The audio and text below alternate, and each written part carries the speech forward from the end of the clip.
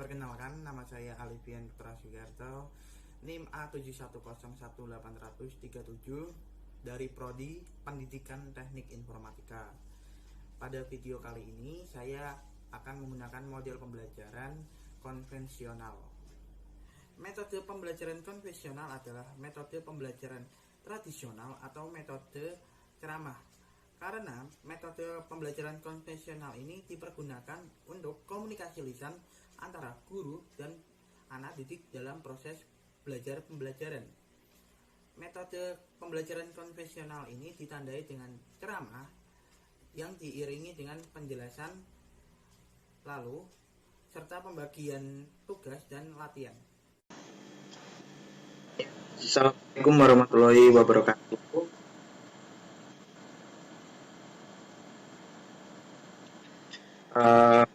Kembali lagi pada saya. Materi ini pertama kita akan bahas tentang pengenalan teknologi dan informasi. Ya. Kalian tahu nggak apa teknologi dan informasi itu? Belum tahu, Pak.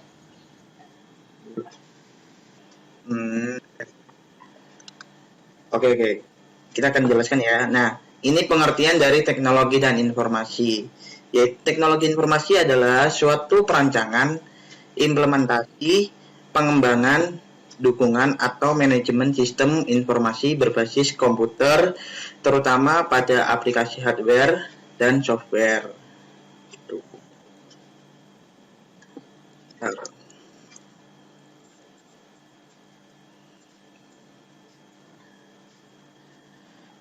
Nah, kalau yang ini menurutnya para ahli ya. Nah, kalau menurutnya Hawk dan Ken pada tahun 1996, teknologi informasi adalah seperangkat alat yang membantu pekerjaan dengan informasi serta melakukan tugas-tugas yang berhubungan dengan pemrosesan informasi. Lalu sejarah perkembangan teknologi informasi dibagi ada 3. Kalian tahu tidak? Belum tahu, Pak. Nah, kalau sejarah perkembangan teknologi informasi itu ada 3, yaitu yang pertama masa prasejarah atau masanya manusia purba, yang kedua masanya sejarah, yang ketiga masa modern. Nah, kalau masa prasejarah itu teknologi informasi itu digunakan pada sistem pengenalan, ya. Nah, lalu jika informasi yang didapatkan dia langsung menggambar pada dinding gua atau tebing bebatuan dengan menggunakan simbol piktografi. Lalu masa sejarah. Nah, pada masa sejarah teknologi informasi berkembang pada masyarakat kalangan atas atau kepala suku atau kelompok. Nah, pada masa sejarah ini digunakan pada kegiatan tertentu seperti upacara dan ritual. Lalu ada masa modern juga. Masa modern yaitu masa sekarang ini yang teknologi informasinya lebih berkembang pesat daripada masa prasejarah. Nah, pada masa ini alat-alat maupun sistem yang diciptakan pada sudah canggih dari sebelumnya yang mempermudah manusia dalam berkomunikasi. Lalu, ada yang tahu tidak fungsi teknologi dan informasi? Belum tahu, Pak. Nah, kalau fungsi teknologi itu ada 6. Yang pertama, capture. Nah, capture adalah yang mencatat semua secara detail dari berbagai aktivitas, misalnya menerima input dari keyboard, scanner, mic, dan lainnya. Lalu yang kedua processing, mengolah atau memproses data, memasukkan yang diterima untuk menjadi informasi. Pengolahan dan pemrosesan data dapat berupa mengkonversi, menganalisis, dan menghitung. Itu tugasnya processing ya. Lalu yang ketiga yaitu generating. Generating ini akan menghasilkan atau mengorganisir informasi ke dalam bentuk yang berguna. misalnya grafik, tabel perhitungan, dan lain sebagainya. Yang keempat, storage. Nah, storage ini berfungsi sebagai merekam informasi dan data ke dalam suatu media yang kemudian bisa digunakan untuk keperluan lainnya. Misalnya data disimpan dalam flash disk, CD, dan hard disk. Lalu retrieval. Nah, retrieval ini mencari dan menelusuri kembali informasi dan data yang sudah pernah disimpan. Misalnya mencari data klien yang belum melakukan pembayaran.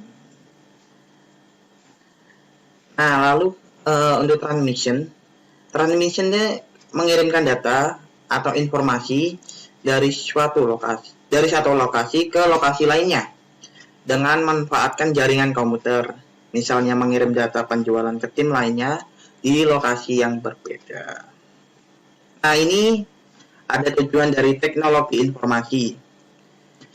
Tujuannya untuk mengatasi suatu problem. Ya, ini ada apa lagi? Bentar. Ya. Tujuannya itu untuk mengatasi suatu problem, dapat memulai produktivitas, meningkatkan suatu kemampuan dalam melaksanakan kegiatan, dan mendukung dan membuka kreativitas. Lalu, ada yang tahu komponen pada teknologi informasi? Belum tahu, Pak. Belum tahu, Pak. Ya. Nah, oke, tenang. Nah, komponen pada teknologi yaitu pertama ada hardware, yang kedua software, yang ketiga bandware, yang keempat infoware, yang kelima firmware.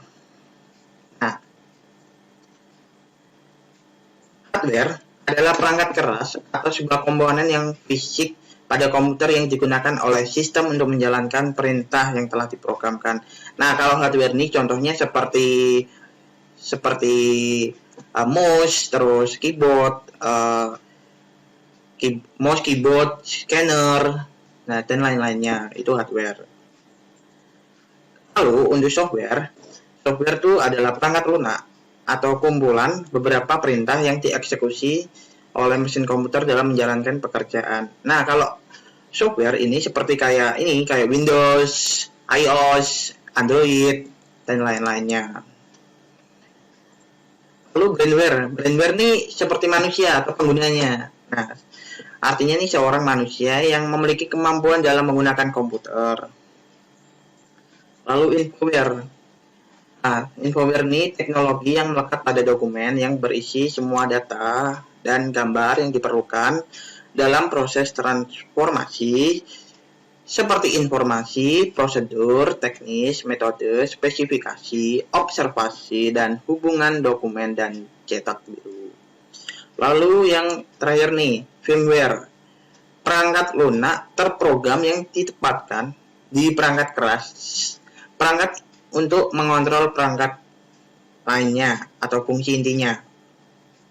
Nah, ini nih yang terakhir nih. Ada kuis ya, anak-anak.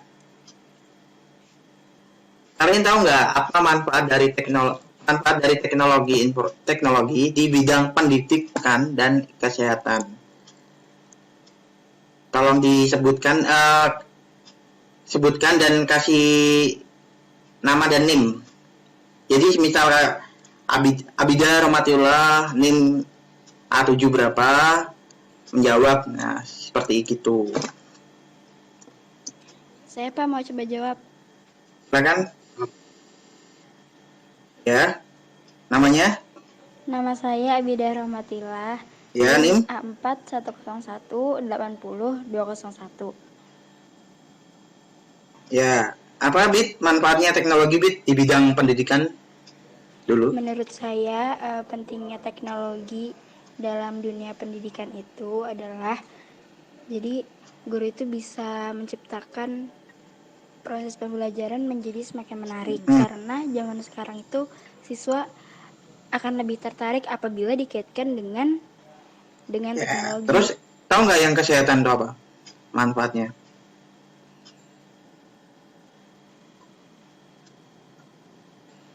yang lain nih, kesehatan ada yang tahu manfaatnya teknologi di bidang kesehatan?